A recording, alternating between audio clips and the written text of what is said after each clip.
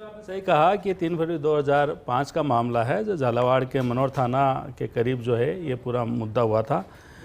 जब वहाँ पे उप सरपंच का चुनाव था और उप सरपंच के चुनाव के मद्देनज़र वहाँ पे विवाद हुआ था, और तब जो तत्कालीन एसडीएम थे राम निवास मेहता, उन पे जो ये कह रहे कि उन पे जो धमकाया था और पिस्तौल तानी थी, और जिसके बाद वोटों की फिर से भी गिनती शुरू करने ऐसा मुद्दा था, जिसके बाद इन पर मामला दर्ज हुआ और मामला दर्ज होने के बाद में इनको सज़ा सुनाई गई। 20 साल पुराना मुद्दा है, लेकिन इसके बाद जो है वो इनको जब फिर से जो चर्चा में इसलिए है कि इनकी जो एसएलपी थी वो खारिज कर दी गई थी 7 मई को, और फिर जब सुप्रीम कोर्ट से भी राहत नहीं मिला तो जो ट्रायल कोर्ट है उन्होंने 9 मई को गिरफ्तारी वारंट जारी किया था, जिसके बाद इनको सरेंडर करना पड़ा था।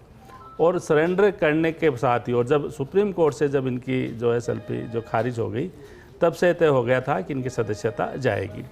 तो देखिए अब मुद्दा जो है ये, इसके अब दो महत्वपूर्ण मुद्दे अब जो इस पूरी चर्चा पे अगर चले हम, तो एक तो ये है कि विपक्ष का ये आरोप है कि उनको ज़रूरत से ज़्यादा समय दिया गया, इस मामले को अटकाया गया इतने दिनों तक, जबकि ये फैसला जिस दिन सुप्रीम कोर्ट ने उनकी एसएलपी खारिज की थी उसी दिन हो जाना चाहिए था, पहला मुद्दा। दूसरा मुद्दा यह है कि अब वहाँ पे चूँकि सदस्यता जब निरस्त हो चुकी है, तो आज के दिन ये माने कि अब वहाँ पे उपचुनाव होंगे, तो उपचुनाव में उनकी रणनीति है दोनों पार्टियों की, वो क्या होगी। तीसरा जो अगर हम बिंदु पर विचार करें तो यह है कि क्या अभी भी फिर से सुप्रीम कोर्ट का जो रुख है वो लेते हैं, तो सुप्रीम कोर्ट से क्या उनको कोई राहत मिल पाती है, क्या उनकी सज़ा पे कोई रोक लग पाती है। अगर सज़ा पे रोक लगती है तो फिर जो आज का जो फैसला है उसको पलटा जा सकता है, लेकिन अगर सुप्रीम कोर्ट से फिर से राहत नहीं मिलती है, उनकी सज़ा बरकरार रखी जाती है, तो फिर अंत में उपचुनाव होंगे, और उपचुनाव में फिर वही पूरी प्रक्रिया होगी, जो चुनाव आयोग है वहाँ चुनाव कराएंगे। तो उसके बाद फिर से ये कह सकते हैं राजस्थान जहाँ लगातार चाहे लोकसभा के बाद हो या किसी अन्य कारण से उपचुनाव होते रहते हैं, तो एक बार फिर राजस्थान एक उपचुनाव में जाएगा। वहाँ पे क्या फैसला करता है जनता तय करेगी। बहरहाल लेकिन भाजपा और कांग्रेस की जो राजनीति है वो फिर से अगले कुछ दिनों तक गरमाई रहेगी, और इस दौरान जो कांग्रेस आक्रामक रही है वो रही है सीधे सीधे स्पीकर पर। और इसको आप इस तरह से समझिए कि जब बजट सत्र था, बजट सत्र से ही जो स्पीकर और विपक्ष है उनमें थोड़ी तनातनी थी, और जब ये मुद्दा कांग्रेस के हाथ लगा भाजपा विधायक वाला, तो कांग्रेस ज़्यादा आक्रामक रही। और पिछले जो 20-25 दिन में जिस तरह से लगातार हमले किए गए हैं बयानों के माध्यम से, प्रेस कॉन्फ्रेंस के माध्यम से, और जब नेता प्रतिपक्ष ने भी कह दिया था 2-3 दिन पहले, बिल्कुल नरेश जी, तो मामला 3 फरवरी 2005 का है, जब तत्कालीन एसडीएम पर मनोहर थाना क्षेत्र में रिवॉल्वर तानी थी कंवरलाल मीणा ने। उसके बाद धीरे धीरे ये घटनाक्रम आगे बढ़ता गया। 14 दिसंबर 2020 को दोषी माना गया उन्हें इस पूरे प्रकरण को लेकर। 1 मई 2025 को हाईकोर्ट ने भी दोषी माना, और उसके बाद 7 मई 2025 की अगर बात की जाए तो सुप्रीम कोर्ट ने याचिका को खारिज कर दिया। और आज की बात अगर की जाए, यानी कि 23 मई 2025 की बात की जाए, तो विधानसभा स्पीकर वासुदेव देवनानी ने कंवरलाल मीणा की सदस्यता को निरस्त कर दिया। यानी कि एक तरह से कंवरलाल मीणा की विधायकी को निरस्त किया जा चुका है, उनकी विधायकी जा चुकी है। अब ऐसे में देखना होगा कि कंवरलाल मीणा आगे क्या स्टेप अपनाते हैं, आगे क्या करते हैं, क्या सुप्रीम कोर्ट तक जाते हैं। और साथ ही साथ कांग्रेस लगातार ये मांग कर रही थी कि राहुल गांधी के प्रकरण में जिस तरह से त्वरित कार्रवाई की गई, उसी तरह से कार्रवाई कंवरलाल मीणा के प्रकरण में क्यों नहीं की गई, क्यों 25 दिन का समय निकाल दिया गया। तो लगातार, और दूसरी तरफ कांग्रेस का ये भी कहना है कि उनके बार बार दबाव बनाने के बावजूद, विरोध के बावजूद जो है कंवरलाल मीणा की विधायकी को रद्द किया गया है। नरेश जी हमारे साथ लगातार बने हुए हैं। नरेश जी, पूरे घटनाक्रम पर एक नजर डालते हैं। एक लंबा समय इस घटना को निकला, इस लंबा समय निकलने के बाद कहीं ना कहीं अब जाकर विधानसभा स्पीकर ने जो है सदस्यता रद्द की, विधायकी कंवरलाल मीणा की चली गई, लेकिन कहीं ना कहीं कांग्रेस इसको अपनी बड़ी जीत मान रही है। देखिए, ये अलग बात है कांग्रेस को जीत माने, लेकिन ये भी सही है कि जब इस तरह का कोई फैसला होता है तो फैसले करने से पहले जो तमाम विकल्प है उन पे विचार किए जाते हैं और तमाम जो कानूनी उसके पहलू क्या हो सकते हैं उन पे विचार किया जाता है। और संभवतः इसी कारण से स्पीकर है उन्होंने समय लिया होगा, क्योंकि एजी की जो राय है वो काफ़ी महत्वपूर्ण होती है। क्योंकि ये इस तरह की चर्चा थी कि इस तरह के मामले में एक धारा का भी उल्लेख था 161 का, जिसके तहत राज्यपाल के यहाँ उनको अपील करने का एक अधिकार होता है, लेकिन हालांकि राज्यपाल पर निर्भर करता है कि वो क्या फ़ैसले लेते हैं। तो अगर किसी की सदस्यता जाती है तो देखिए ये कोई छोटा फैसला नहीं है, ये बड़ा फैसला है कि अगर कोई विधायक की सदस्यता जाती है तो उस बड़े फैसले से पहले तमाम कानूनी पहलुओं पर विचार करना ज़रूरी है, राय लेना ज़रूरी है। और संभवतः यही जो है स्पीकर ने इन दिनों में किया होगा कि कोर्ट ने क्या फ़ैसला किया है, किस तरह का मामला है, क्या जो विधानसभा अध्यक्ष के अधिकार है, किन नियमों के तहत विधानसभा अध्यक्ष है वो कार्रवाई कर सकता है, इसमें कहीं उनके फैसले के बाद कोई कानूनी अड़चन ना आ जाए, इसके लिए जो है और वो किस तरह का फ़ैसला ले सकते हैं, इसलिए उन्होंने एजी की राय ली होगी। तो इसलिए कई बार जो है मुझे जो लगता है वो समय जो लगा होगा उसका एक कारण ये भी होगा कि कहीं ऐसा ना हो कि जल्दबाजी में कोई फ़ैसला हो। क्योंकि देखिए विपक्ष की अपनी भूमिका है, विपक्ष की भूमिका रहती है दबाव बनाना, लेकिन स्पीकर जो है वो अपने अनुसार फैसले लेते हैं। वो तमाम जो विकल्प है, तमाम जो पहलू है उनको देखते हुए जो है वो फैसले लेते हैं। और यही कारण जो है मुझे लगता है कि समय लगा होगा। क्योंकि आपको ध्यान होगा कि जब प्रतिपक्ष का डेलीगेशन मिला था स्पीकर से, तब भी स्पीकर ने उनको यही भरोसा दिलाया था कि वो एजी की राय ले रहे हैं और एजी की राय लेने के बाद जो भी कानून सम्मत बात होगी उसके अनुसार वो फैसला करेंगे।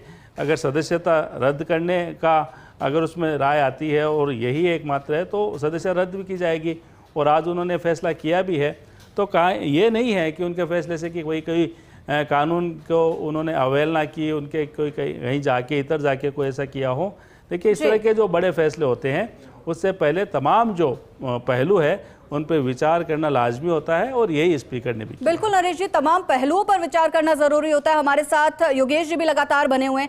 योगेश जी, उनकी विधायकी का जाना, कंवरलाल मीणा की विधायकी का जाना राजनीतिक रूप से किस तरह का हम, क्योंकि प्रमोद जैन भाया के सामने इलेक्शन लड़े थे, बड़ी जीत भी हासिल की थी, लेकिन अब जब विधायकी चली गई है तो क्या इफेक्ट इसका पड़ेगा?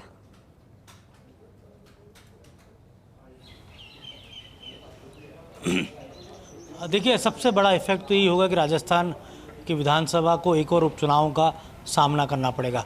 राजस्थान की राजनीति अब कुछ दिनों के लिए हमें अंत में सक्रियता के साथ देखने को मिलेगी, लेकिन विधानसभा अध्यक्ष का ये फैसला अपने आप में बहुत निर्णायक है। विधानसभा अध्यक्ष वसुदेव देवनानी खुद लेक्चरर रहे हैं, शिक्षक रहे हैं, प्रोफेसर रहे हैं। एक तरह से कहा जाए तो लंबे समय तक उन्होंने अध्यापन का कार्य किया।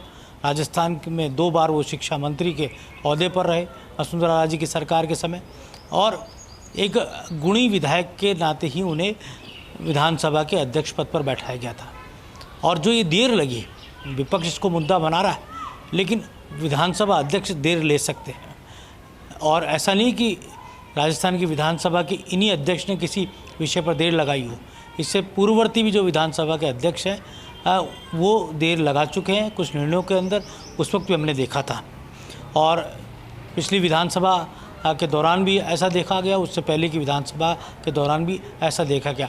ये विशेषाधिकार है विधानसभा अध्यक्ष का कि वो निर्णय लेने में देर कर सकते हैं, और ये कहा जा सकता है कि वो पूरा न्याय संगत निर्णय में देर कर सकते हैं, या फिर पूरी तरह से विधायिका के जो मापदंड होते हैं या जो विधानसभा की जो नियमावली होती है, कार्यप्रणाली होती है, जो मर्यादाएं, परंपराएं या संसदीय आचरण होते हैं, उन सब के मद्देनज़र ही वो कोई निर्णय लेते हैं। तो विधि विशेषज्ञों की राय भी ली जाती है। कांग्रेस ने मुद्दा उठाया कि एजी की राय लेना ज़रूरी नहीं है। विधानसभा अध्यक्ष एजी की राय इसलिए नहीं ले रहे थे कि विधानसभा अध्यक्ष ऊपर एजी है, बल्कि विधानसभा अध्यक्ष ने एक राय के अलग पैरामीटर्स होते हैं, उन पैरामीटर्स में से एक एजी भी होता है, उसकी भी बात सुन ली जाए। इसीलिए विधानसभा अध्यक्ष ने सरकारी महाधिवक्ता को बुलाया। सरकारी महाधिवक्ता की राय से वो बंधे हुए नहीं है। इसके अलावा जो अदालत में जो फैसले होते हैं, आपको ध्यान है पिछली बार भी जब सुप्रीम कोर्ट का निर्णय आया था, तो सुप्रीम कोर्ट ने जब राहत नहीं दी थी, तब भी विधानसभा के पास वो देर से सुप्रीम कोर्ट का जो ऑर्डर था वो देर से पहुंचा या उसमें समय लगता है। तो जब ऑर्डर आता है उसके बाद विधानसभा सचिवालय का जो लॉ महकमा है वो उसको रीड करता है, देखता है। विधानसभा अध्यक्ष के जो टीम होती है वो उसके अध्ययन में जुटती है। इससे पहले जब हाईकोर्ट का ऑर्डर आया था, हाईकोर्ट ने जब कंवरलाल मीणा को राहत नहीं दी थी, उस वक्त भी जो ऑर्डर हाईकोर्ट का था वो विधानसभा सचिवालय पहुंचा, उसमें भी समय लगा। तो समय लगने के पीछे कई कारण होते हैं।